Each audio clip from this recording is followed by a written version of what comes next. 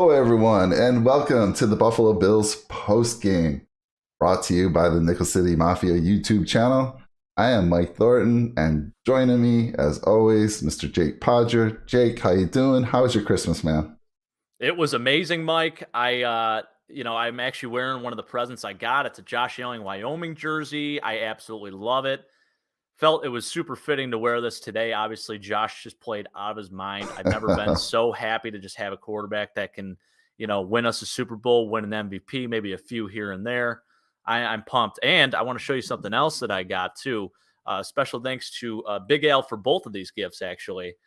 I have a Oh, signed Micah Hyde full-sized helmet, which it's actually the very first full-size helmet I've ever had in my collection for memorabilia. So I got this on display on the other side of my man cave over there, but felt I needed to show this, especially after a 2-interception performance. Now I know it oh was a little bit man. of tip drill, but Yeah. phenomenal stuff. So great Christmas. Can't ask for a better one. Totally unexpected. Super fired up about it. What about you, Mike?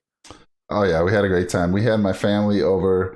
So we bought a new house about a year and a half ago, and my family, my side of the family, has never been here, mostly because, well, only because of COVID. My dad has very strict, he has a very bad immune system. So Yeah. this was the first time he's able to come here. My sister, my brother-in-law, a good friend of ours, and they have a child as well. So it was a lot of fun for them to come over to the house for the first time. And we had a great time. And then on Sunday, we switched gears, and then we went to church in the morning. So I was very good when I went to church. I turned my phone off. I was like, okay, I think this might Oh be it. man. I'm going to be saying a little prayer, and I got to keep my phone off. So I kept the Yeah. phone off. Came out of church, immediately turned the phone on, checked the score at that time. We had just gone up 10-7, and then my wife was nice enough to drive to her parents because we spent the whole day with her parents on Sunday. So it was a great time. And I was able, while she was driving, to bring up the DirecTV app on my phone and watch the game. So I didn't miss much. And then I went back Nice. later on last night and rewatched everything. So it was a great weekend. And the vacation starts for me today because I'm actually off through the end of the week, through the end of Hell the yeah. new year. Love So to I'm hear it. excited. Nice. Gonna do something fun during the week with my dad on Thursday. We're gonna go over the top 3 Buffalo Sabres at each position. So that's gonna Love be a it. lot of fun. But anyhow, let's talk about the big game yesterday. And Santa brought us all a nice present. Talk to me about that big win, Jake. Just so exciting. Oh my gosh. I mean, and you know what the best part about this win was? I never was nervous, even though it was close. It was close pretty much throughout the entire game. But I never doubted that we would win or that we would lose this game. Or that we wouldn't win this game. What am I saying? I am lost. I'm elated. I just, you feel good about this one. You feel better about it now because, we know what happened in the first matchup against New England, and it was just so much better. And the fact that we got to see Josh just unleash the beast and just play the football that we know Josh Allen is capable of playing was just so nice to see. Guy went off. I honestly, I'm going to say something crazy. This is a total overreaction. Bills Monday, classic, typical Bills fan move right here. But Josh Allen's the greatest thing that's ever happened to the Bills franchise. Over Jim Kelly, over Thurm, love Thurm, over Andre Reed, over anyone, over Mike Stratton, the hit her around the world. Mike, I love that, by the way, the picture that you sent me there, that Yeah. book. Pretty cool. But I'm telling you right now, Josh Allen is going to be the greatest thing that ever happened to this franchise. He's already writing his story. First quarterback ever in the first 4 seasons to throw for over 100 touchdowns and rush for over 20 touchdowns. Pretty insane. I mean, the guy's got wheels. The guy's got athleticism. He's got grit. He's got a rocket arm. He's everything you could ask for. I'm just going to rave about him the entire show. I'm going to let you know right now. Well, So I'm I fired gotta up. slow you down a little bit because I gotta disagree just a little bit. My man is my man is Jim Kelly. I'm not sporting his jersey today, but Fair. that's the one jersey I have. Jim Fair Kelly enough. to me. And I think Jim Kelly, the other reason is because he's been a little bit of a mentor to Josh. I know they've talked here and there, and I'm Yeah. sure Kelly has been in his ear a few times, and hopefully he sat down with Josh and just shared a lot of his experience and knowledge. So I agree. I think Josh Allen You're could pumping the brakes a little bit take here. that, but hey, you're a little Yeah. bit younger than I am, so I don't think you remember those glory days with with Kelly as much I as don't. well as I I do. don't. I've seen the NFL films, I've seen the highlights, but to be living, I guess it's generational, right? Yep. I'm living right now. I'm watching this guy grow up. You're seeing the dramatic improvement from his rookie season to now. And obviously there was a little bit of a decline this year, it seemed like. And even though he was still playing to his numbers and had very similar stats, the last, I guess, really since the second half of that Tampa game, it's been like a total wake up call for everyone. And it's nice. You realize like this guy is the real deal. I think people were starting to doubt him a little bit. Maybe people were getting on him a little bit, not playing to his, full potential. Maybe he heard a little bit of that. The guy, I mean, he is the ultimate competitor. So I'm sure he keeps it in the back of his mind. Doesn't get a Pro Bowl vote, Pro Bowl nod, doesn't make the squad. I mean, that's insane still to me. Yeah. And hopefully he doesn't actually play in the Pro Bowl because we need to be playing in the Super Bowl. But yeah, it's so nice to see. And how about Isaiah Mckenzie, the thumbnail of this program? Ooh, let me say this first of all. Big L's in the channel. I see him. Hey, Big L. I hope you had a great Christmas. And let me just say, I remember it well. We were at the where we go. Went to Bar Bill. We had to go across the street and wait. And Mckenzie had his live show going on.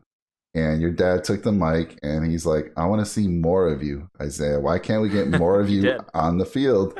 And you've been asking for him all year.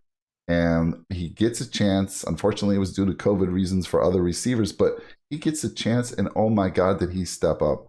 I mean, Jake, it was absolutely phenomenal. He had 12 targets, 11 catches for 125 yards. And these weren't, I'm going to show you. So first of all, let me step back a little bit. I always forget this. If you're new to the channel, hit that subscribe button. Give us a like. Give us a share. We're actually going to show some film clips today after Jake and I talk about a bunch of stuff right now. We'll get into some film clips. And then we're going to talk about game balls. And we're going to see if anyone is running laps for us today as well. So, sorry. Back to the game. Talk to me about Mckenzie. I mean, who would have thought? Now, I told you I picked him up. Fantasy football. I felt, should I play him to maybe counter Josh Allen on the other team that I was playing? I didn't. I regret it, but I'm okay with this. I am okay with losing fantasy football as long as our Bills won. So talk to me about Mckenzie. Yeah, well, you're not the only one with that. My buddy Tim, who is in the chat a lot. Shout out to Tim, by the way. Tim was upset with me. I didn't give him a big shout out the last time in our last show. So shout out to you, Timmy. If it wasn't for you, I wouldn't even been in touch with Mike. So you kind of made this happen, which is great. Very true. But yeah, so he also had Isaiah on his bench, didn't play him in fantasy, and obviously it's playoff time right now, so would have been nice, nice 29 points or whatever he got. Exactly. So, but yeah, what's amazing with Isaiah Mckenzie is he's not a huge name guy. I mean, people around the league probably don't really know his name as well as we would, but he demands a lot of respect, even in the run game. Those gadget plays, the pre-snap motions are huge. I mean, it's been huge since we started really doing it a few weeks ago. We weren't doing a ton of that, and we were just getting really vanilla and basic with our run game. And I think he helps in the run game even, which is, a really great thing to have. That's something that I don't know if Cole necessarily helps as much in, because you're always thinking when Isaiah goes in motion that it's going to be a sweep, a potential reverse, or some type of gadget trickeration play. So you got to pay attention to that while also keying in on the running back. So it kind of makes you make a choice and keeps the defense a little more honest and on their toes. So that's one thing that he obviously offers. Secondly, faster player. I think he is a touch younger than Cole too. And then on top of that, I mean, he just found ways to get open. He's a good route runner. He's shifty. He caught the ball well. I mean, some of those catches he made were unreal. I mean, the throws were unreal. And then the catch after that, it just was the cherry on top. So just so great to see. I'm glad that he got his opportunity. And as he said, he could take that upstairs now, Mike. Maybe next season he can negotiate something, maybe stay on the team for a little bit longer. And here we were thinking maybe like 3 or 4 weeks ago that this guy was probably done for the year. He wasn't going to be a Bill anymore. And it was his time to shine yesterday. He came out and absolutely delivered. So it was great to see. I got to ask you, though, what's his role going forward? Because I want that guy starting. I mean, I know, right? Exactly what you said. Even my dad's like, he's a faster version of Beasley. Yeah. And what I didn't know about him and what I got to see yesterday was how good his hands were. I knew he was fast. He's probably one of the fastest, if not the fastest, behind Breda on our team. And but I just didn't know his hands. And man, I know. Wow. I have no questions about his hands anymore as He well. was the So, complete package. Yeah, he really was the complete package yesterday. And I love Cole Beasley. I really do. Love having him in there. Always been super reliable, but Isaiah offers a different dynamic. And like I said, he demands even respect in the run game and helps with Devin Singletary, with those guys running the football or running backs, because you just don't know what's going to happen. And I think the defense has to stay on their toes a little bit more. So it's really nice to see. And he's a great weapon, and we need to use him moving forward a lot more. so what? I mean, let's say when Beasley comes back, which is I think he's going to miss next week, and I think Davis will miss next week as well. Yeah. Let's say they're both back. Who are you starting out there? Oh, man. I think you got to find a way to get both of them on the field at the same time, which is another thing that my dad pointed out. I think that would be interesting to see too, because obviously you gotta respect the underneath stuff, and with Isaiah, I mean, you can really open it up a little bit. You can run the football with him. You can do some trickeration, maybe like a double reverse flea flicker, something along those lines, Mike. And then you have Stephon Diggs, you have Gabe Davis. I mean, we got a lot of weapons with these guys. We just got to use them the right way. And I think that's something that we really haven't done up until this point. So it's nice that we're sort of finding a rhythm now. This is the time to get hot. So, hey, could be Yeah. a repeat of what Tampa did last season. So I want to go back to the channel here with Big L saying, "Didn't Santa Claus get you any Bills gear?" Yes, Big L, he did. I actually got a nice clock. A Bills clock is kind of like the sign that I showed you guys from the gentleman there at the Jake's office. Got a Bills clock, has my name on it, which is cool, and he got me another little sign as well. Now, the problem, Big L, that I'm finding is this back area it's not that big. It really isn't. So Limited. over here to the right of me is a empty canvas, and I'm working with my wife today to get that canvas painted over here with all this Bill stuff that I have. And then I hope to have a camera that I can flash to that every now and then. So we'll get that worked out. And then he says Cole Beasley is 32 years old and Isaiah 26. So yeah, so much younger. Yeah. Much younger. So yeah, it's gonna shoot. I'm older than Isaiah McKenzie. Yikes! Wow, it's a good problem. Yeah. It's a good problem to have, but after, and I don't think it was a 1 week fluke. I don't, based on what we know he had speed. We've used him. He had a decent year last year. He took 6 touchdowns total last year. 6 or 5 and a return. Yeah, so he had took advantage of his limited opportunities last year, and so it's not a fluke. He just needed the opportunity, and man, I don't know. It's a great problem to have as a coaching staff. Certainly. Right? Oh yeah. So all that great passing wouldn't have been possible. And tell me what happened. Did these guys eat their Wheaties? What did they do this week? That offensive line was amazing. That was the offensive line we saw last year, pass protecting, and to some degree even a little better run blocking. What did you see out there that changed? Obviously, when they opened up, they had Spencer Brown. Let me give you the line here because I've noted it. When they started the game, we knew that Dawkins was activated off of COVID, right? Right. But he didn't start the game. Yeah, so, it was weird not to see him out there on the first series. It's interesting. So people were like, what the heck? We activated him. We're not going to play him. I don't know why they waited, but they did. And they started with Brown on the left, Bacher next to him, Morse, Bates, your guy Bates, you've been calling for him. Love it. And then Williams over on the right side. And they got off to a fantastic start. They were giving Josh all day. And then at some point, they bring Dawkins back in, move Brown over to the right side where I think he's got more experience. It's obviously a more natural fit. And then they even did better. I know they had some help with Knox over there, but what did you see? And I know Dawkins, like I said before the game, he heard us bagging on him about he did. He must have. How did he make the Pro Bowl? All of a sudden, he's like, man, I heard this show from Jake and Mike. I'm getting in the game. I'm going to prove to these guys why I'm a Pro Bowl caliber player. And he did. So, but what did you see? What could have changed? And how would they have corrected that in 1 week?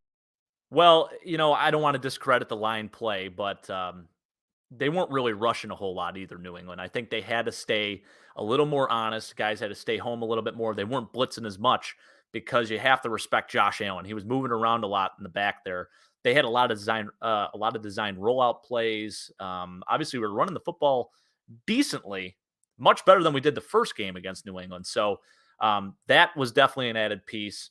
So I think there's a little bit of that involved. However, yeah, I mean, we held our own. It was just man on man, pretty much. We blocked our guys, and they didn't get a whole lot of pressure on Josh. And I'll tell you what, it it showed. He had all day to throw on multiple plays. A lot of those touchdown passes. I mean, all day back there. You could have eaten breakfast, done whatever you wanted to do back there. So Yeah. it's just great to see. This is kind of what we were used to last season and what we were seeing. So I'll take it. It's great, great thing to build on, and hopefully we can continue with it. I like that they continue to use Singletary as the main guy. They did make a change and had Breda be deactivated, and they brought in Moss. Any particular reason why you thought they brought in Moss for this particular I think it was game? mainly for maybe a short yardage type of situation or potential goal line situation. He had the one check down pass where he took it up almost for a first down. That was a nice play by him. But outside of that, he didn't really do a whole lot. And Devin was in there most of the time. I don't know what the exact snap count was, but I know that Devin got majority of the touches, which is good. So he ran hard yesterday. I mean, his stats weren't pretty or anything like that. I think he had 39 yards rushing, and he was under 4 yards a carry. But he did have 5 catches for 39 yards too. Yeah. Or am I wrong? Yeah, something like that. You got it. You nailed it. 39 and 39. Okay. Yeah, 12 catches. Wow. I know. Better go to Vegas. 12, right. 12 catches for 39. 12 carries for 39, and he averaged 3.3. And he did have a touchdown, but he runs hard all the time. It's hard to. I mean, he's always going forward, and it's rare if he gets stuffed at the line. He's getting 1, 2, and then he'll break one for 7, 8. And then those catches were very important as well, which the 5 for 39, like you said. So he plays hard, and I'm so happy that they're continuing this trend with him.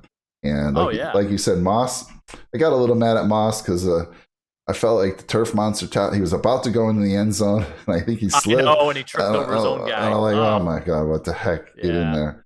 And and then your dad talking about that. And I was going to talk about it in the film clips. He said, with a yard to go, we need Josh Allen for the TD, not throw the ball. Agree. So I talk about that because after the interception that Jones threw, the first interception, I have some film on that one. We took the ball down and we didn't score. We had 3 chances at the 1 yard line, and we threw it all 3 times. So we'll talk about that again. I agree with you, Big Al. I was like, why not run it at least once or twice more, and then if you're going to go for it, do some pass play. But at the 1 yard line, Jake, you got to be able to get that ball over there. I mean, even come on. You do it back-to-back times. I mean, it's going to happen. One of those 2 times he's going to get in the end zone, right? I mean, he's a big-bodied guy. Josh is tough. He's going to get in there one way or the other. So, yeah, definitely agree with that for sure. Shout out to my buddy Ben, too. Ben Violani is saying he thinks Isaiah Mckenzie helps with the run game. We were just talking about that a little bit. Absolutely. He adds that totally different dynamic where you gotta key on him because you don't know if he's going to be running a reverse or, if he's going to be taking the ball instead of a running back. So absolutely great to see. Yeah. So let's run down the board here. So obviously we talked about Josh Allen, how well he did, 30 of 47, 314 yards, 3 touchdowns, no sacks on the day, which is incredible. That's huge. And then we had the rushing attack. Josh Allen was the leading rusher with 64 yards rushing, 12 carries, 5.3 yards. But Singletary we talked about. Moss only had 3 carries. Then Mckenzie had 1 for -1. But where Mckenzie just had a huge game, like we talked about earlier as well. On the receiving side, he just went off for 11 for 125. Diggs was targeted 13 times, was able to come up with 7 of them for 85 yards and a touchdown. And then you had Singletary with his 5, and then Sanders and Jay Kumaro and Moss had onesie twosie type thing. Let's talk about, before we switch over to the Patriots side of the ball, let's talk about the defensive side.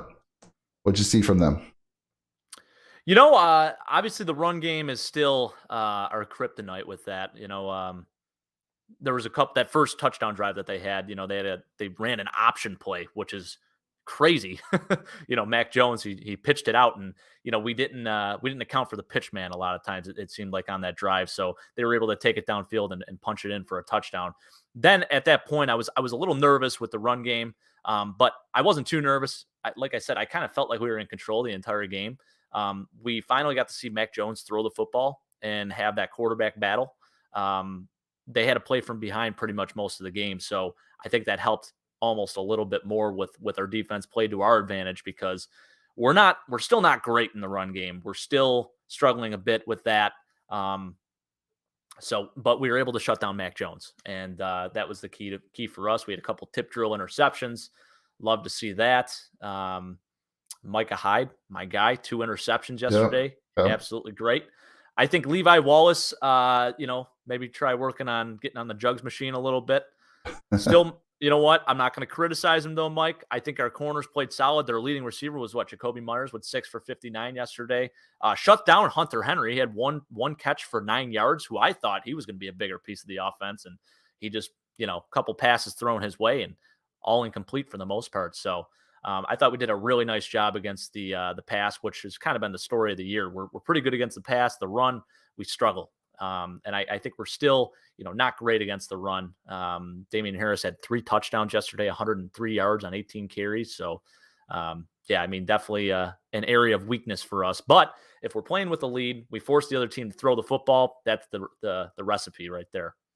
Yeah, that's a good point, because we, assuming if we can win the next 2 games, or if we can get into the playoffs, we're going to be facing some of these teams that have really good running games, and one of those teams could be New England again. We could see Indy again. I mean, and we could see Tennessee. And I don't know the situation with Derrick Henry. I don't know if it was for the whole season or if there was a possibility for him to come back into the playoffs. I thought I first read that was the case, but I haven't had an update on him in a long time. But there was rumors that he was going to be back for the playoffs. So I'm not sure how his recovery is going, but it's a pretty major injury. So so there's a very good chance that we're going to face another good running team, and we're going to have to get this under control, or like you said, get out to a lead where we're forcing them, taking them away from the run game. But I'll show you again a couple of have some film. The one negative film clip that I do have is, again, seems to be over pursuing, and we're getting beat consistently with this cutback play that they do, and it goes for big yardage, and that just changes the game, man. Changes the game completely. Yeah. So on the defensive side, you're right. I felt they played very, very well, and we got off to a sack on the first series for New England. Ed Oliver gets a sack on 3rd down. And I saw Rousseau in there. I'm like, oh man, it's going to be a big day. We're getting some pressure.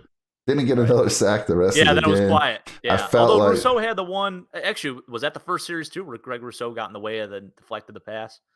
Yes, that was the first series. It was the first series. So that was the best series for D-line the entire game. Yeah. And they were pretty quiet. I mean, we had some decent pressure, but it felt like they pretty much contained the defense. I was expecting more sacks, but again, same story. I don't know what's happened there. But the linebacker side, I did see a little bit of AJ Klein. He actually made a big play in one of the clips that I show. We'll talk about him in a little bit. Tremaine, I thought Tremaine played a really good game. Yeah, again. Tremaine actually did. He did. Yeah. Actually, so Ben says the same thing. He said Edmonds might have had his most aggressive game, where he wasn't, over pursuing too much. I thought he was, he played extremely well. He really did. The one clip I have is I do feel he's over pursuing once again. So it's the same thing we've been seeing. But again, I think he played great. I mean, I was watching closely. He was all over the backs coming out of the backfield. Yeah. He one particular play, he was rushing. They were blitzing, but then he saw what was happening. He kind of stayed up and basically got in the way of Jones throwing the ball. So I thought he played a really good game. And again, there is this over pursuing thing that I want to talk to you a little bit about when we get there. So all in all, amazing game from the Bills. We had to have it. We got it. And now they control their own destiny. Now let's talk about on the other side of the ball, the Patriots. Obviously, Mac Jones. So part of the thing, you were saying how our DBs were doing really well. True to some degree, in my opinion. I do think Mac Jones did not have one of his best games. I mean, he seemed to be pretty inaccurate that game. There was some passes that I'm like, man, that's just not like him. It's like there's no weather affecting that. What's going on? And then I'll show you a little bit. Even though when he did make a good throw, there was a couple key drops in that game. So he didn't get a whole lot of help from his receivers. N'Keal Harry had a tough game yesterday. Yeah. So what'd you think of his play? Yeah, I agree with that. I don't think he really played a super, sound game like he did the first game where he only threw 3 passes, went 2 for 3. Phenomenal day for that guy. But that's a joke.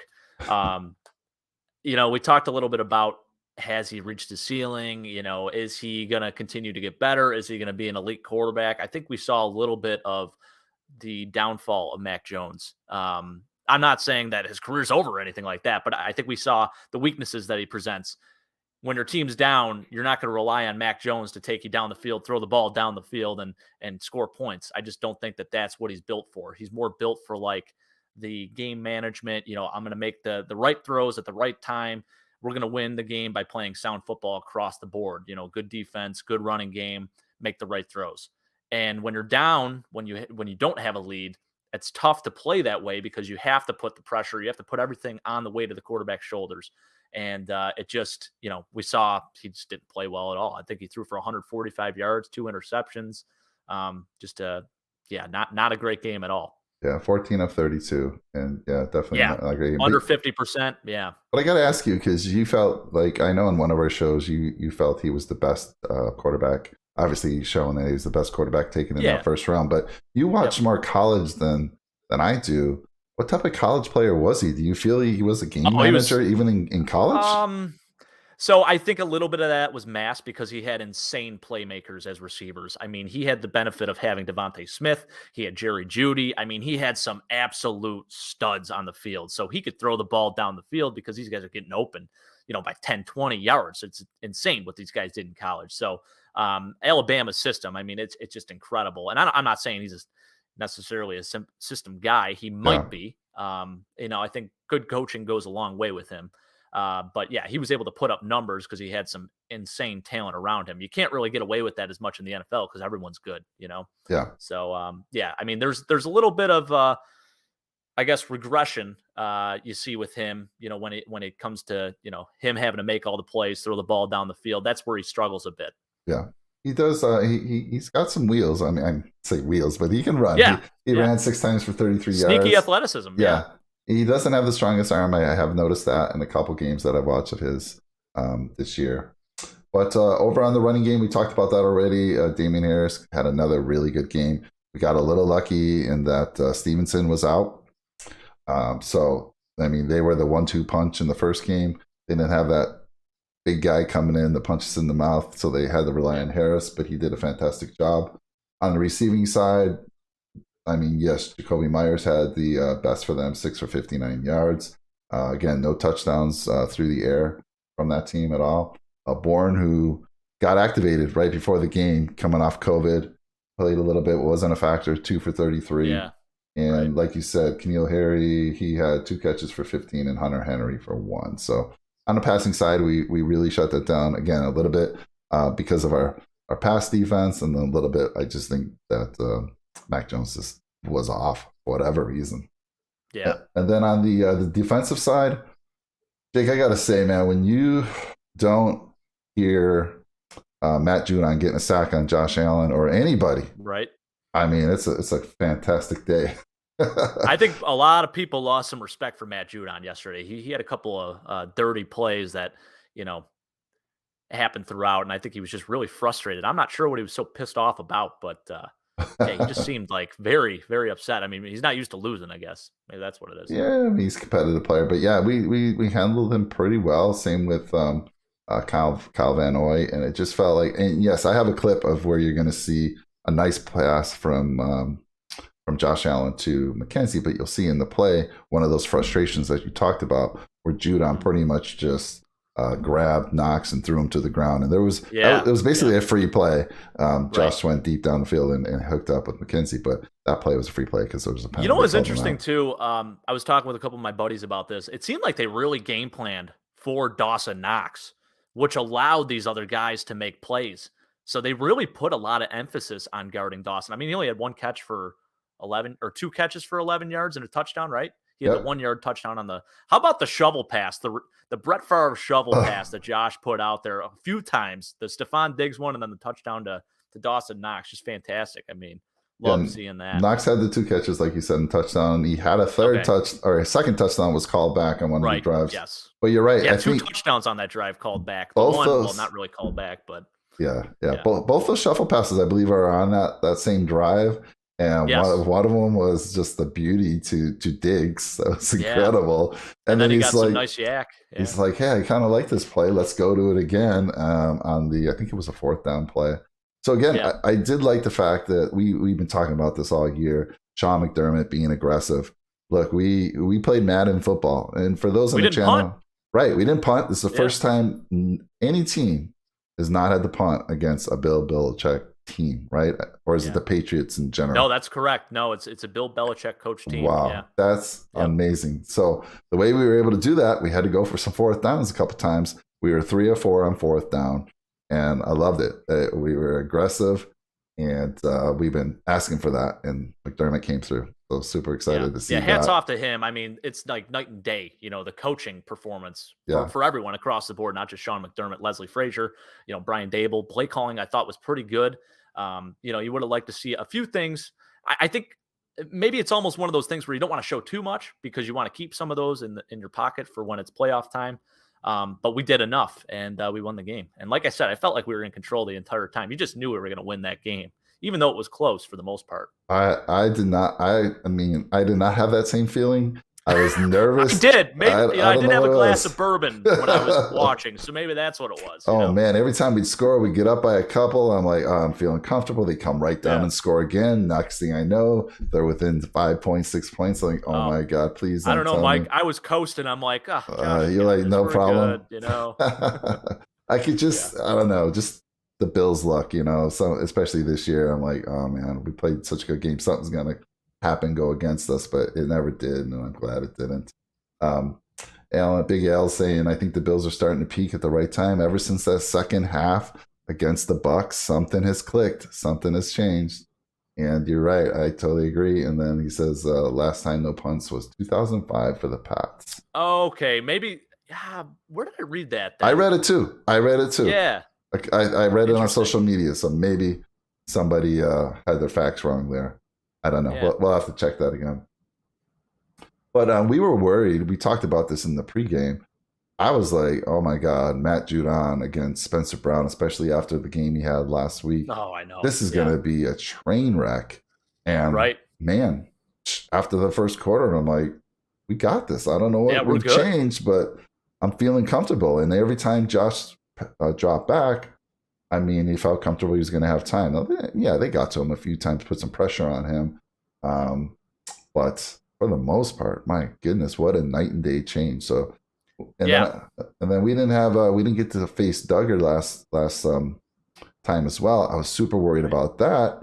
And he had 5 tackles, I think, in this game. He had 1 quarterback hit, but for the most part, didn't play a factor. Pretty much a non-factor. So and J.C. Jackson too. He got banged up a little bit in that game, but Stephon Diggs won that battle too. So he did almost have an interception. There was that one in the end zone where he almost had a pick. Yeah. But. So Josh, I know you raved about him. He had a fantastic game. It wasn't perfect. There's one clip I'm going to show you. And I want to get the channel's opinion and your opinion, whose fault it is. But there was a big play. I think it was to start the second half. And he almost threw the interception to J.C. Jackson.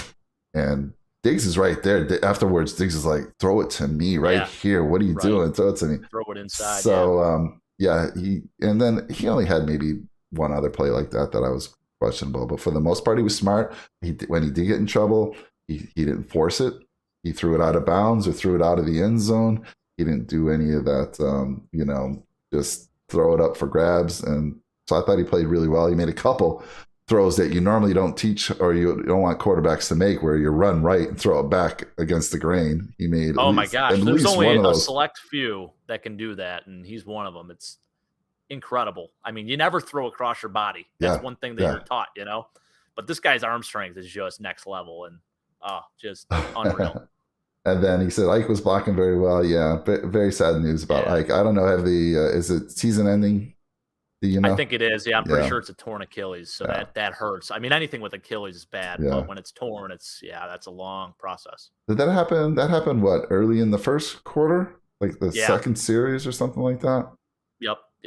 I wonder. James Robinson too for the Jags tore his Achilles yesterday. I saw that. Day. So I wonder when that happened, if that's when they brought Dawkins in, because I couldn't see exactly what series they decided to bring Dawkins back in, but it might have been after that injury. Yeah, so, I think you might be right on that, actually. Yeah, I think it was right after that. I'm pretty sure that's when I saw Dion come in. So that is interesting. Yeah. Okay. All right. Any last thoughts on, want to go over any of the stats or anything like that until we get in? We're going to get into a little film study here. I think I'm good. Let's do it. Yeah. All right, let's do it. So let's see here. Close that down. Bring this up. So we did this. It's nice when we do the show the next day because I'm able to get some film clip. We can study it. We're not going to drill into a lot of these because they're all mostly positive ones. There's one that I'm going to want your thought on. But this kind of just shows you in the NFL. And this, to me, was a game changer early on in this game. It was 10-7. We had just kicked the field goal. We kicked off to New England. They're driving. And like we said, Mac Jones wasn't having his best day as far as accuracy goes. But when he was accurate, his receivers didn't help him. So here is a very big N'Keal Harry drop. Let me bring this up. So drops back, beautiful throw out to the left near the 50-yard line, and he just drops it. Just drops it. And I'm going to show you why that was so important, because instead of having first down at the 50-yard line, he's now got 2nd and 10 from the 30. Looks like they're at the 33-yard line. 33. And let's watch what happens after that.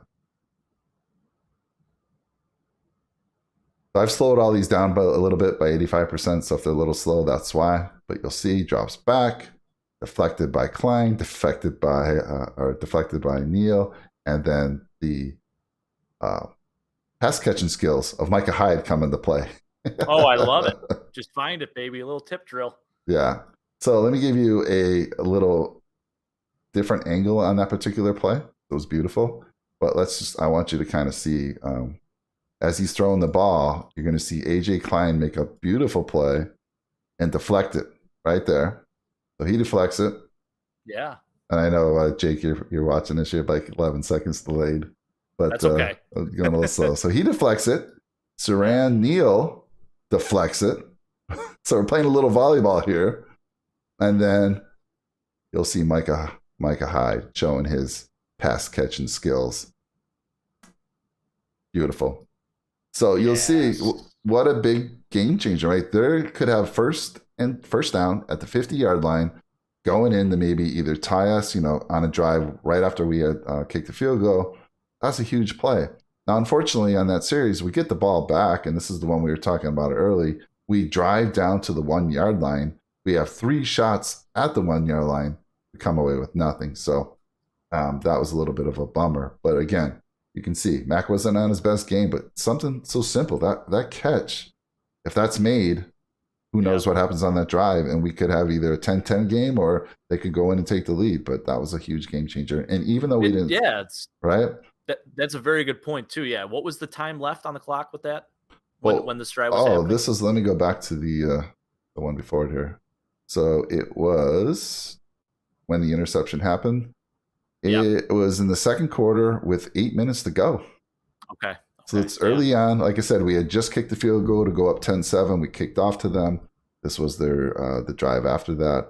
And, they could have gone down and kept it going. So even though we didn't get points, we took a drive away from them. We took a possession away from them. We took time off the clock because we had a decent drive. Like I said, we got down to the 1-yard line and couldn't put it in.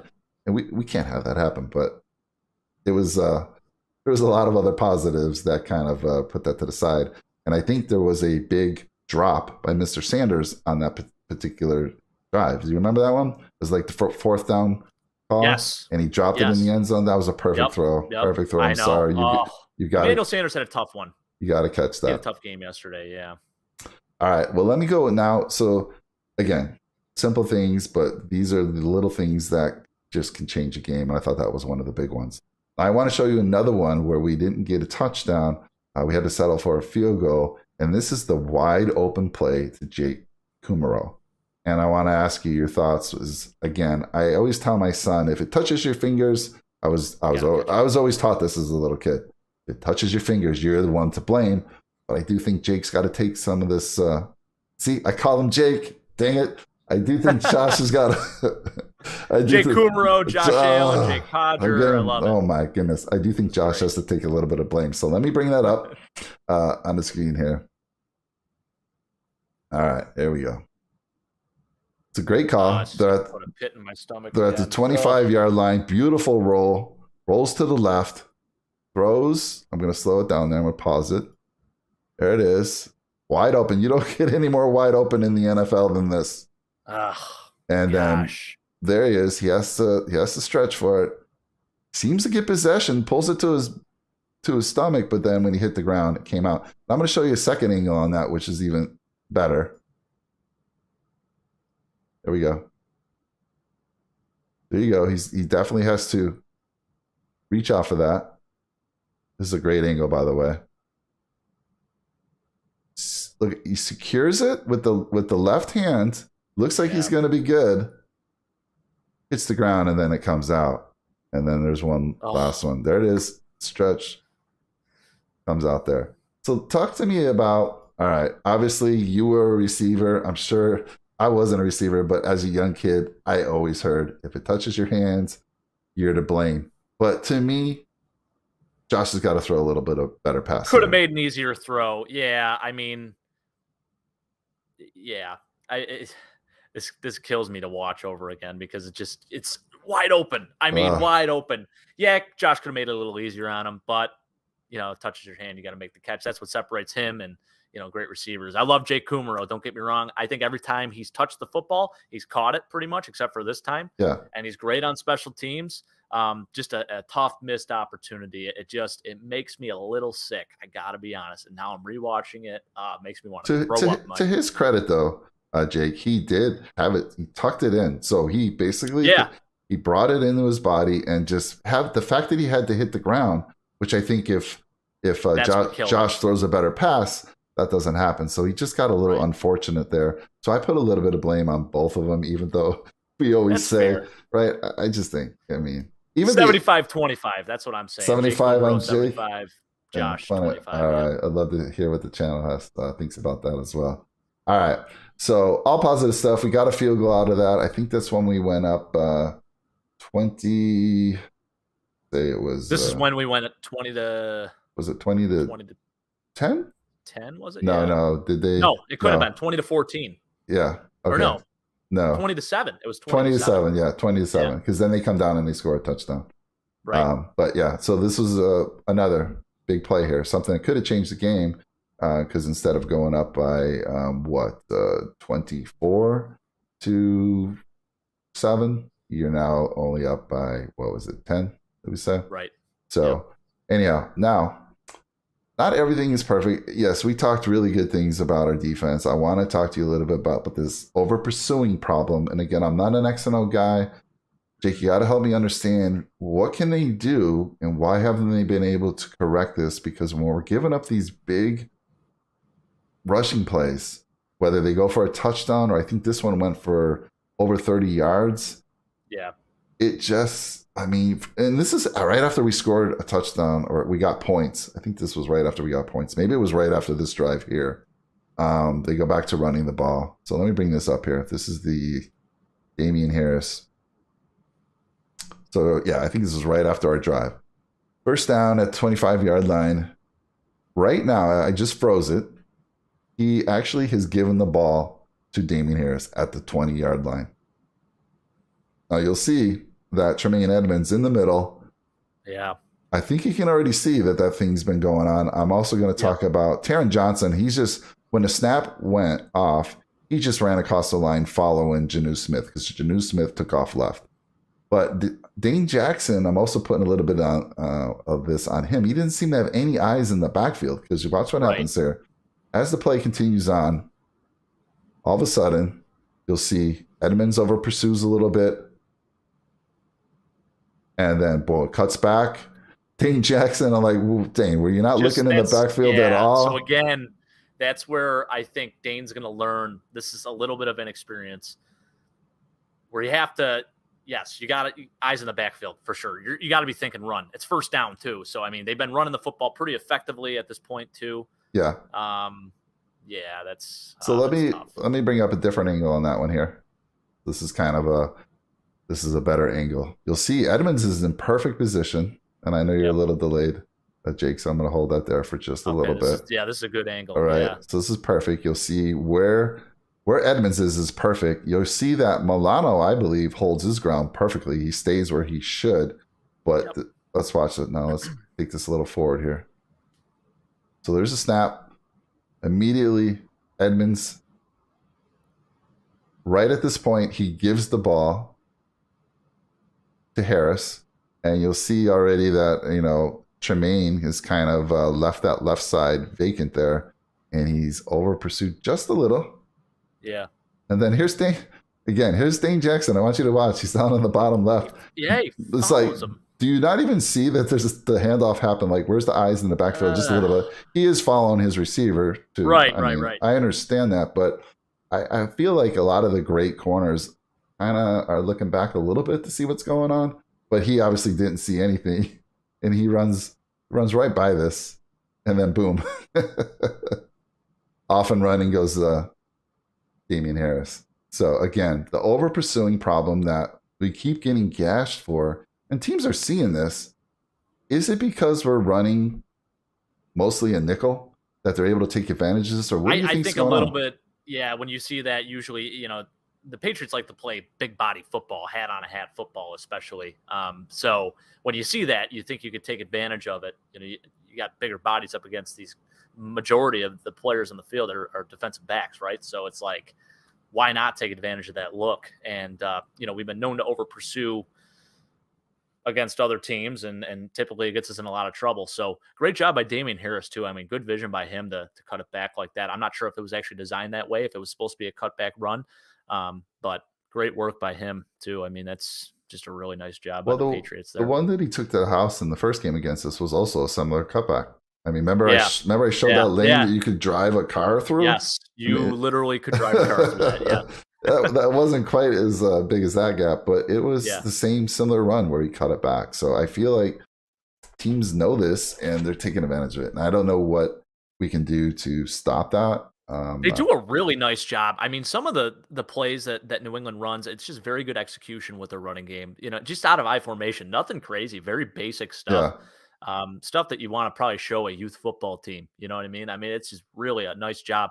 And Jakob Johnson, that guy still, I'm telling you, he does not get enough credit for how good he's playing this year. Just a tremendous blocker. He does a really nice job, setting the edge, getting to the backers. It's just very yeah. impressive. So that's something, like I said, we talked about earlier in the show. I hope they can continue to work on this. It's always frustrating after we went down and we got some points and then we give up a big run like this, and that's just the momentum Yeah. gainer for the offensive team. And it's like, this seems to be happening. Maybe I just need to adjust my expectations and just know that every game we're going to give up some big run. I just have to hope that it doesn't go to the house. I know. And you hope that they don't have a lead too, because Yeah. usually if they're running the football, they get a big lead on us. Then we saw it in the Colts game. Saw a little bit of that in the Titans game. I think the Colts game is probably the most, it was the biggest eye opener. And then obviously we played New England a couple weeks after that, the first New England game. And it just, right from the get go, just totally out physicaled us. And, we were worn down by that. Yeah. I just think the whole game went downhill. Yeah, like you said, unless we to counter that, we're gonna have to get to a lead. Otherwise, they're just gonna run, wear us down. But so we'll see. Hopefully, we can make some adjustments. I think we have the players to do it. Again, we had no Star, so this was the second time. Star for personal reasons. I hope he's okay. Whatever's going on with him, but we got word on Saturday that he was all of a sudden questionable because of personal reasons. Anytime you hear that, that's not a good sign. That typically means he's going to miss the game. He did miss the game. That is the second time we've missed one of our biggest run stoppers against New England. It hurts. Yeah, that hurts. I mean, he was one of my impact guys. I thought he was kind of getting back to form last week against Carolina. He had a sack and everything, and snap count was going up a little bit, it seemed like. Yeah. And, he misses another game. Hopefully everything's okay with him. He's I think he's still a very good player and he contributes. He's a big body in the middle there, so it's huge. Yeah, definitely missing him, especially against these running teams. All right, well, let's get into the positive stuff. That was the really only negative thing I had. I'm like, can we fix this problem? and then we're going to be amazing. The team, we shut this team down to 21 points, so got to be pretty happy about that. But let's move on to some of the positive things. And now it's all the Isaiah Mckenzie show. It's the Josh and Isaiah Mckenzie show. So let me show you the first beautiful play. And this is where I'm like, wow, this guy's he's got hands. So we're at the 48 of ours. Josh has to scramble out to the left.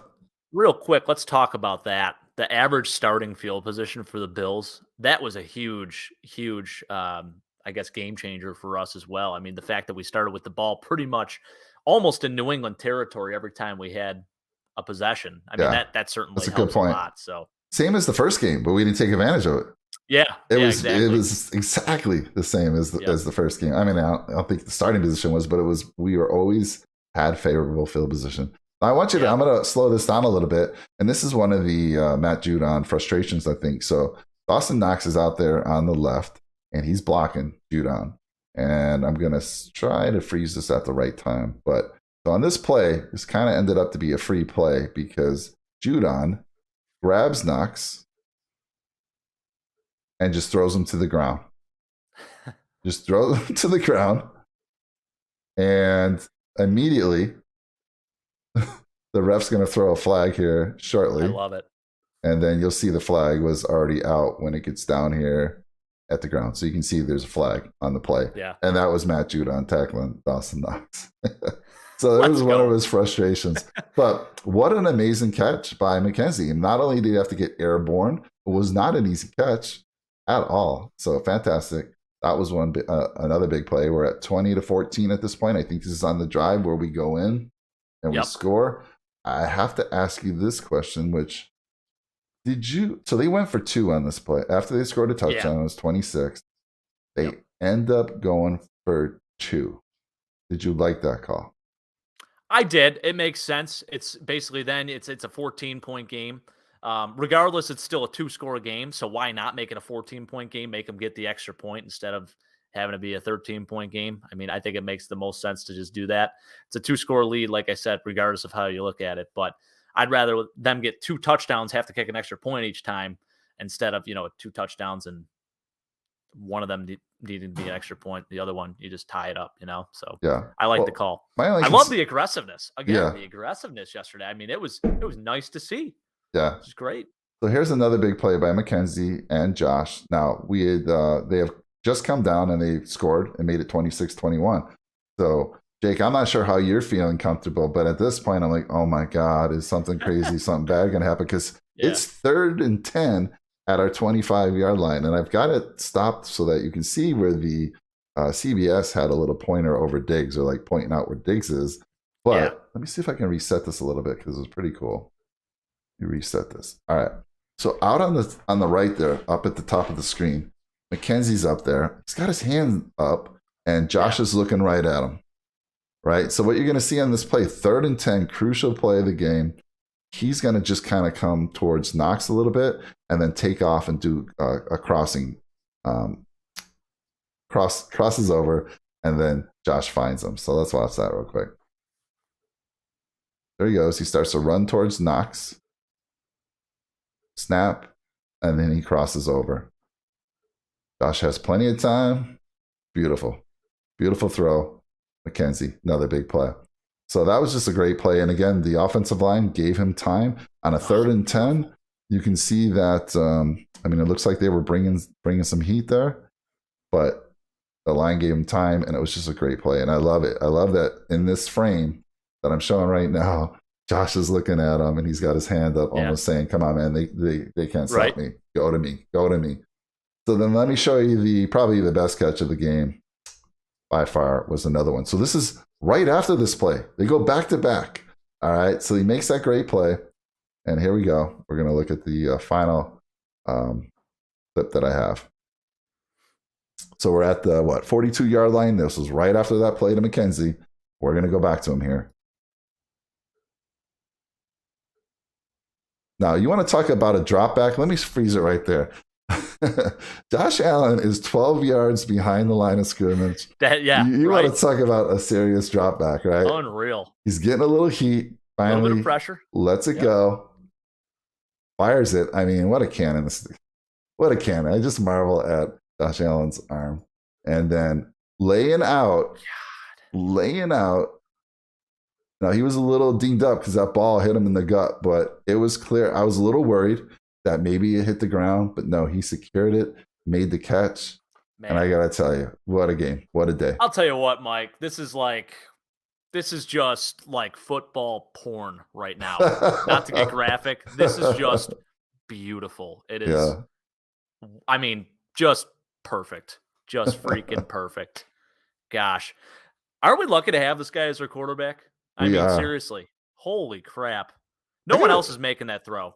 I know. I got to tell you, Game Pass is amazing for this type of stuff. Because you can just freeze it and you can kind of get a view. Because normally when I'm watching the game, I'm focusing on Josh and I'm not seeing everything that's developing.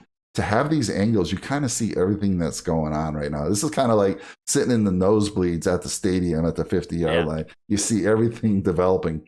On TV, based on the camera, you don't always see this. So it's kind of fun to watch because you can see he actually play action there. He kind of fakes it to Singletary. Yeah, right. And then, again, with the hand, I mean, his sleight of hand is insane too. I mean, that is something that people don't talk about as much. He's very good at it. He's very, very good at confusing a defense and making them stay honest.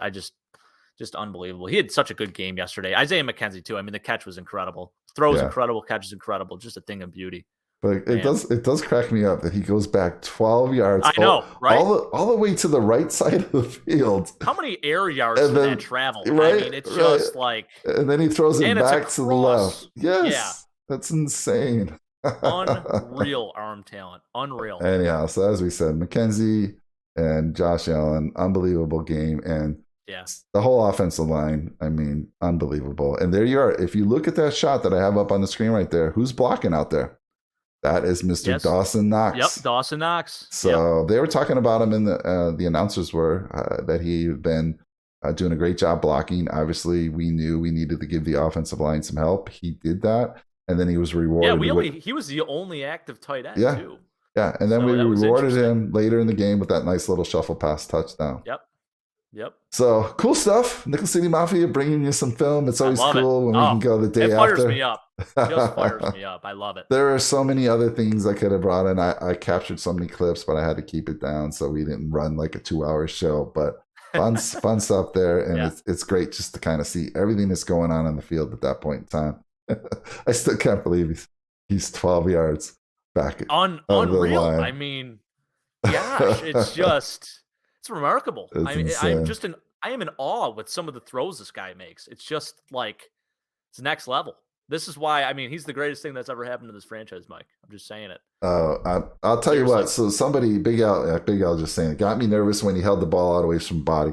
I had that clip. Man, I'm bummed that I didn't bring it in.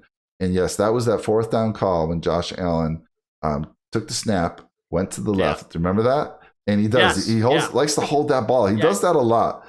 And that's a little scary when he does that. I know. But when they first made that call, I'm like, oh my God, they're going to get him. I mean, it looked like the play was dead. Like I saw nothing but 2 Patriots there who were going to have a good, clean shot at him. And then he makes the cut. And with his size, just incredible. It was amazing. So yeah, I agree with you, Big Guy. I wish I would have brought that clip in because that was, to me, another key play in the game. All right. Gosh. It's game ball time. Ball time, Jake, and I'm going to throw it to you first for who's getting your game balls today. Yeah, without a doubt, Josh Allen and Isaiah McKenzie. I mean, you have to. Those are the two. They literally, those were the 2 players that I think actually won us this football game yesterday. And if Josh Allen isn't playing quarterback, we're not winning that game. We're not. And also, I'm not feeling comfortable even with the close game that it was. You just feel. You're starting to feel something different right now. Like you just know that we're going to win ball games. We're going to pull it out. We're going to grit it out. We're going to tough it out.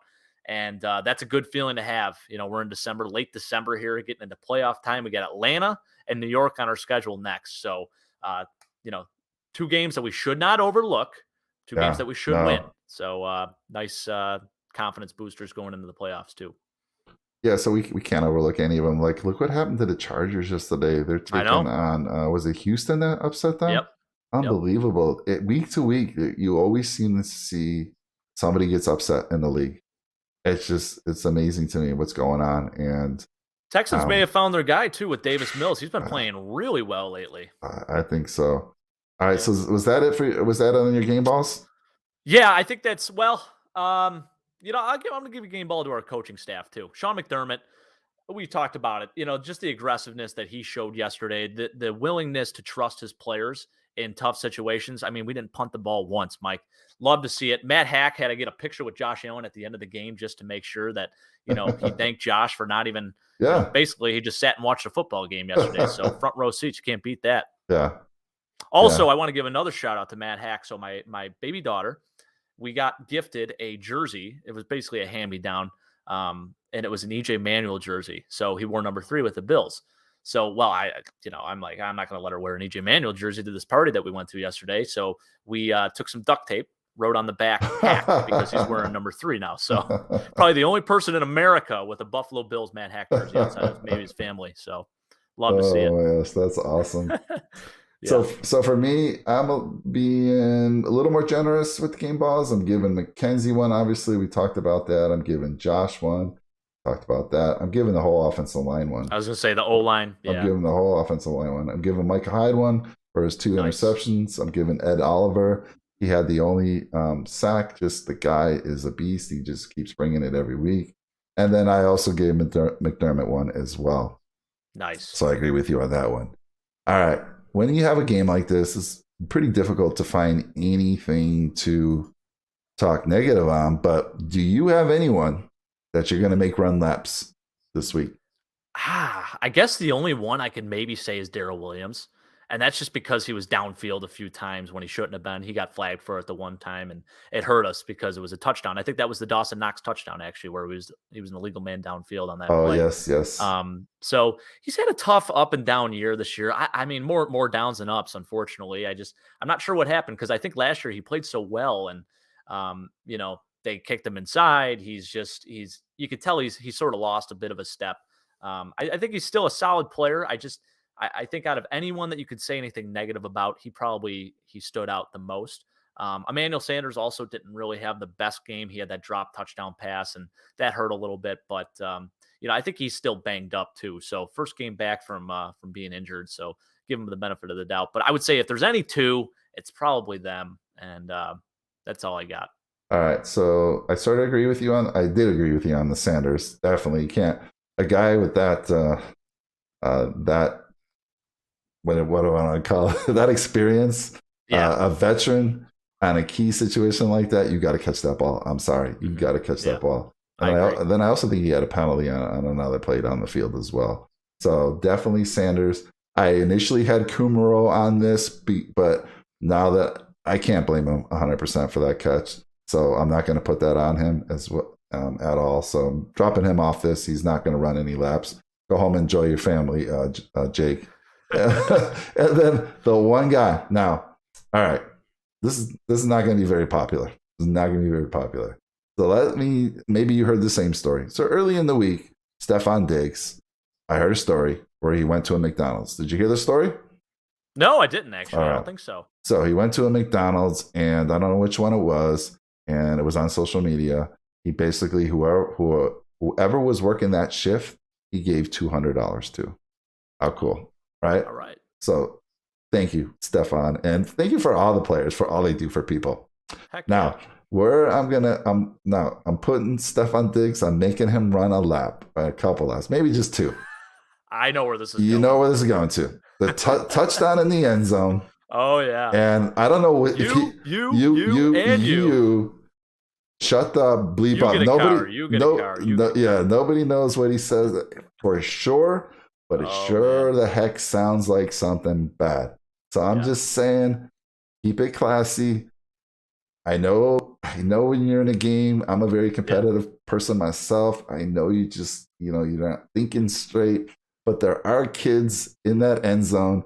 And I don't know I think he was mic'd up. I don't know where that live mic came from. Yeah, I know that was loud. That came across. It had to be on. Almost. I had to take a double, I listened. go back and rewind. I'm like, did you say I, that? I didn't hear Wow. the final piece, but then I saw it on social media. Okay, I gotta go listen to Yeah. this, and I'm like, oh dang. So anyhow, I'm gonna make him run a few laps, but love him and thank you for all that you do. And obviously, you're a key part of this team. But I'm saying there's children out there. So now, and here's the other thing too. This is every kid's gonna hear about this. Every kid. So now when they're in their backyard or when they're at the playground playing with their friends, I see it. You, and that's just going to be a thing now, right? It's funny as an adult, but I just don't want the kids. It's like the Randy Moss moon thing from way back when, right? I mean, just don't. Yeah, you know what though? I will say this: does anyone hate New England more than Stephon Diggs? I mean, that guy. Evident that he can't stand New England. I freaking love it. I mean, he's been very vocal in the past about how much he hates the Patriots. But also, did you catch Bill Belichick's press conference at the end of the game? I didn't catch any. Oh my gosh! Tell me what happened. So God bless this reporter for asking this question. So they tried to keep it away from football, and she asked, "Hey, Bill, do you have any New Year's resolutions?" And he looked dumbfounded, and he said, and no, I'm not going to talk about that right now. Maybe another time, maybe next week or something. So it's like, what an odd question. It's hilarious. If you get a chance, Google it. It's probably all over the place right now, but it's just a funny question to ask that guy. I mean, of all people, I mean, you're just cringing as she's asking the question. Like, what the hell are you doing? I mean, of all people to ask that to, this is not the guy. You're not going to get a response out of him as it is. But for you to ask that question, a very personal question, something like, what are your New Year's resolutions? Oh my gosh, it's the last thing that's on this guy's mind. He probably went and watched film right after that, so. Well, I'm glad you said that because I won't ask you then what some of your New Year's resolutions are. Oh man, Mike. Well, first things first, got to get back in the gym. I've been getting there here and there sporadically, but my buddy Aaron, I don't know if he's watching, but shout out to him. He went today without me and didn't even let me know, which is very unfortunate. But as a guy that's supposed to be going to the gym, I should have went anyways. So kind of a tough look. And he's a Pats fan. He's a Pats fan too. So we went and faced the music today at the gym from all the Bills fans. Nice. Well, same here. I'm going to be looking to lose 10 pounds. I have a little gym in my garage. I just got to get out there every morning. So let's go. I'm starting actually today. And I'm going to lose 10 pounds here. But Big L, I see Big L saying, give Beasley a game ball for giving Mckenzie an opportunity to play the game. And we'll throw Beasley in there. Give him half a game ball. I like that. And then Big L's already coming out with a prediction for next week. Nobody hit the prediction. I did check, unfortunately. Nobody hit it on the head. It was kind of an odd score with the 30-32. Big L. I'm sure. Says, where's the helmet? I was supposed to have it. So, Mike, I actually got a bourbon barrel, too, for Christmas. That was actually from my buddy Aaron, who I work with. Him and my boss, they got me a bourbon barrel, kind of like an end table almost. They put casters on the bottom and stuff, so it's kind of cool.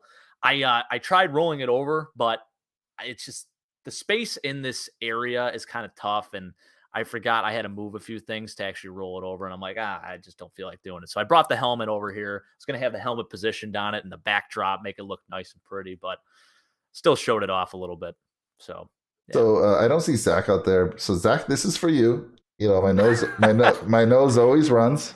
And I'm going microfiber today. You asked me last week. Nice. This is actual this is tech stuff right here. And I'm using my microfiber. Got to go to whatever's closest to me.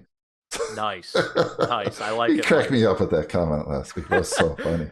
He had a hell of a time with the show. I love it. I want to see that Zach again. He was so funny. Great. Big Al, I hear you're making, you got something in the works as far as dinner goes, right? We got some ribs. They're smoking right now, Mike. It's probably getting close.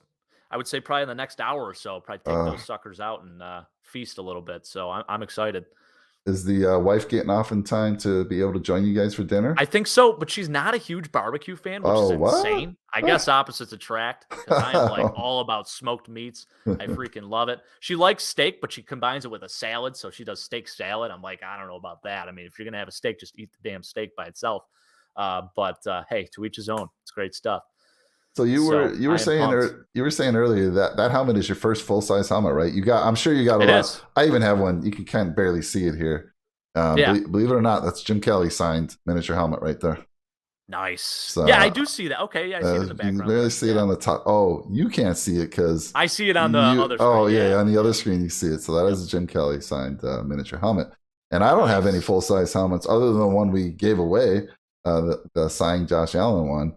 But so that's your first one, huh? That's my first one. Yeah, I got a couple mini helmets as well, but yeah, this is a really special one too. I'm excited about it. Pretty cool. Well, Micah Hyde is, I mean, obviously had a great year this year.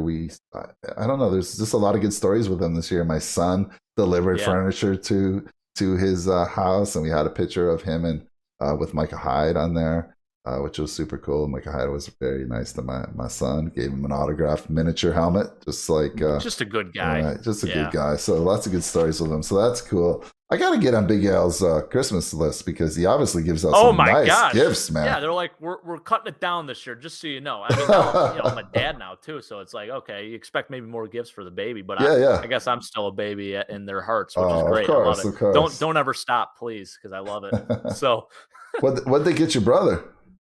So he got an Xbox. He got the Oh, Xbox okay. Series X, which is like Nice. impossible to get. Yeah. So he got the Halo edition one too, which is great. I don't Ooh, know, Mike. nice. You're a little bit of a gamer, right? You play with? Yeah, we have an Xbox X. We got it Okay. last year. My son, Nice. Brian, who lives in Buffalo, wanted to Yeah, I surprise heard the about boys, that. sent them out that Yeah. last year. And again, it was pretty hard to get last year, and he got it. Oh So yeah. we actually bought a VR system, the Oculus Quest 2, which is Nice. pretty darn cool, I gotta say. Yeah, that is cool. So yeah, we're definitely gamers over here. So that's cool. I mean, Xbox X, are you kidding me? Yeah. I wonder how they got that.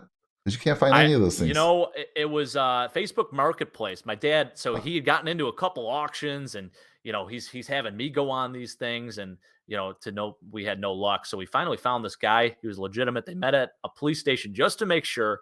Turns out he's a good guy, so he was able to get it, and pretty solid stuff. So yeah, it was a hell of a year. Like I said, I mean, just a really good Christmas for all of us. So that's good cool. stuff. That jersey definitely looks good on you. The fact that you already the fact that you look like Josh Allen, now you're wearing his college jersly. I mean, I got a few more comments on that too. You? I mean, I post a picture on Facebook and Instagram, right? And a couple people are like, you could be Josh Allen's brother. I'm like, man, I don't know. It's giving me a big head now. It's probably not a good thing, but I will take it. I love the compliments. I'm going to run with it. Just got to grow maybe 5 more inches and have a rocket arm, and we'll be good to go.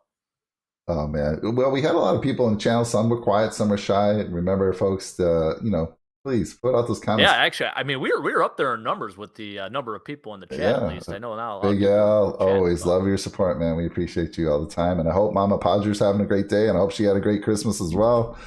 Jake, I hope your wife and your little baby had a great one as well. So we did. I hope same goes to you, Mike. We did. We had a, like I said earlier in the show, I had a great Christmas and Sunday the day after. Love it. Again, I'll remind everyone, if you're your first time seeing this channel, please hit that subscribe button, give us a like, give us a share, and put comments. Whether you're watching the show live, we love the interaction because we'll come to the channel and talk about things with you guys. But if you see this after the show, man, put those comments in there. Jake and I are always watching it. We'll get back to you if you have any questions or you disagree or agree with something we say. Put it in there, man. We monitor it. We get back to you. We love the interaction. That's super important to us. And again, I just want to remind everyone, we do have I think it's going to be our last fantasy football show this Wednesday with Chris and Rick, our last one for this year at least. I should have listened to them. I probably would be moving on had I listened to them, had I listened to myself. But I didn't anyhow. And then we have a special show. I think it's Thursday. I talked to my dad. It's going to be at 3 o'clock Pacific time, 6 o'clock Eastern time. We're going to go through our favorite 3 top positions of the Sabres of all time. So our 3 favorites for each position of the Buffalo Sabres. And that's going to be a lot of fun. I would love to have some interaction out there because I'm sure the 3 that we're going to pick might be completely different than the 3 you're going to pick. And it's not just off of statistics. I mean, you can go off statistics and say, yeah, this is the best guy statistic-wise. But no, there's some folks that may not be the top in statistics, but just maybe your favorite just because of how they play. I'm excited. I'm excited to hear that, Mike. It's going to be fun. Cool. And yeah, hopefully you guys can join us. I'll put I'll put that out there in the I'll schedule that so you can all see. It's going to be Thursday at 3. And we got Jason out there. Great job, Uncle Jay, here we go. Uncle Jay. See, he's quiet to the end. I love it. Uncle Jay, don't be shy. He has the I know he said, I talked to him on Christmas. He has the notifications, the bell. He has that check. So Yeah. he gets the notifications when we're on. He says, I always happen to be doing something, but he tries to catch the show when he can. So appreciate it, Uncle Jay. I love you, man. That's Well, yeah, that's great appreciate stuff. it. Yeah. So who we got? Look, who we coming up next week? Who's next Sunday? And are we home or away? I haven't looked. I believe we're home. Yeah, that's Atlanta, and I think we're at home for that one. I want to say. Let me make sure. I'm pretty sure the next 2 games are home. Okay, actually. so that's nice. I know we got the Jets. Yeah. I know we got Atlanta. I just didn't know whether it was on the road or at home. Yeah, that's at home. Yep. Awesome. Yep, so we finished our last 2 on the home. We haven't had the best luck at home. I mean, no, we haven't. Yeah. So let's turn that around and get these big wins. So Jake and I will see you next Sunday for the pregame, like normal. And I will talk to you about the postgame later, Jake, because my son wants my support at the 1 o'clock game for his team, the Ravens. Ooh. His team's playing at 125. They're in go for broke mode right now. They're in the 7th spot. They are. Yeah. If it was a season end today, they're in. He's like, Dad, and he was mad at me yesterday as well. He's like, Dad, we can never watch my game, my team. And my wife stood up for me and she goes, Jonah, I'm sorry to say, but seniority. Dad grew up in Buffalo. He loves Buffalo. There's no way he's going to put your game on. I did it one time this season. Yeah. I can't do it again. So, but he did ask me, since they're different times next week, to support him. So I might have to do the post game a little different time with you. That sounds good to me. I'm good with whatever, Mike. You just let me know, and hopefully we'll be talking about another one. We might even not even have to do it. It's like, hey, we won by so much. Exactly. My dad's saying 42-10 right now. Now, don't sleep on Atlanta. They have a nice team. But I've seen them give some teams. Matt Ryan can still throw the ball a little bit. Kyle Pitts too. I mean, he's kind of a stud. Hey, all I gotta say is the Jaguars. Remember the Jaguars. Yep. We were expected to blow that team out of the water, and we lost 9-6. They didn't even score a touchdown on them. So yeah, can't take any team lightly. Let's win this thing. Let's win. Let's at least take the division, and then maybe every week somebody's beating someone that we don't expect, and who knows? Maybe we'll end up right now with a 4th seed. Maybe we can get to the 3rd, maybe even the 2nd. It's a possibility. It really is right now. First seed. How well we've been playing on the road too. I'm not actually opposed to having a road playoff game or 2, just because I almost feel like we're cursed at home right now. Hopefully we can get the monkey off our back these next 2 games and go into the postseason just cruising. But yeah, anyways. All right. Well, go enjoy those ribs, and I will talk to you later in the week. All right. All right. Have a good one now. Sounds good. All righty. Go Bills. Bye, everybody.